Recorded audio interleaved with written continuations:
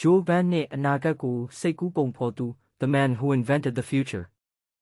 1828ခုနှစ်ပြင်သစ်နိုင်ငံ Nantes မြို့ကစိတ်ကမ်းလေးမှာ Jules Verne Joe Van မွေးဖွားခဲ့ပါတယ်။ငယ်စဉ်ကတည်းကစိတ်ကမ်းမှာစိုက်ကပ်တဲ့သင်္ဘောကြီးတွေကိုကြည့်ပြီးဝေးလံတဲ့အရက်ဒေသတွေစီကိုခရီးသွားဖို့သူအမြဲတမ်းစိတ်ကူးရင်ခဲ့သူပါ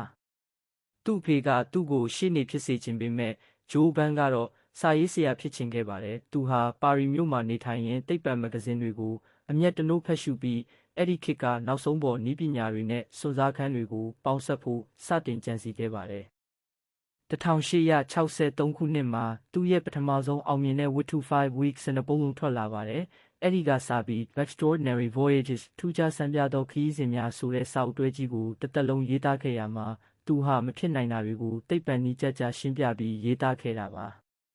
သူ့ရဲ့အကျော်ကြားဆုံးဟောကိန်းတစ်ခုကတော့နှစ်ဆက်30လေကျူဇာတို The Sea ထဲက Nautilus ရေငုပ်သင်္ဘောကြီးပါအဲ့ဒီခေတ်ကရေငုပ်သင်္ဘောဆိုတာတန်ပုံးလိုမျိုးတေးသေးလေးပဲရှိသေးချိန်မှာဂျိုးဘန်ကတော့လျှက်စစ်စွမ်းရင်သုံးပြီးသမုဒ္ဒရာအောက်ခြေထိသွားနိုင်တဲ့အေယာမဆက်ကြီးကိုကြိုတင်မြင်အောင်ခဲ့တာပါ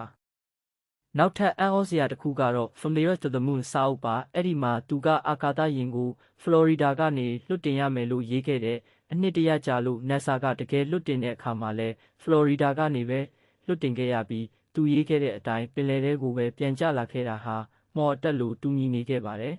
။သူကရဟတ်ယာဉ် helicopter တွေမပေါ်ခင်ကတည်းကပန်ကာတွေနဲ့ပြန်တမ်းမဲ့ဆက်ကြီးတွေအကြောင်းရုပ်မြင်သံကြား television တွေမပေါ်ခင်ကတည်းကအဝေးကလူကိုမြင်နိုင်တဲ့ဆက်တွေအကြောင်းကိုလည်းရေးသားခဲ့ပါတယ်။သူဟာလူသားတဦးစိတ်ကူးရင်နိုင်သမျှကိုနောက်လူတဦးကအကောင့်ထဲဖော်နိုင်လိမ့်မယ်လို့အခိုင်အမာယုံကြည်ခဲ့ပါတယ်။1905ခုနှစ်မှာသူကွယ်လွန်သွားခဲ့ပေမဲ့သူခြံထားခဲ့တဲ့စာအုပ်ပေါင်း60ကျော်ဟာကမ္ဘာတဝန်းကကလေးငယ်တွေကိုအာကာသယာဉ်မှူးတွေအင်ဂျင်နီယာတွေဖြစ်လာအောင်အိမ်မက်တွေပေးခဲ့ပါတယ်။ဂျိုးဘန်ဟာကျွန်တော်တို့ရဲ့အနာဂတ်ကိုစာမျက်နှာပေါ်မှာအရင်ဆုံးတိဆောက်ပြခဲ့တဲ့ဉာဏ်ကြီးရှင်ကြီးပဲဖြစ်ပါတော့တယ်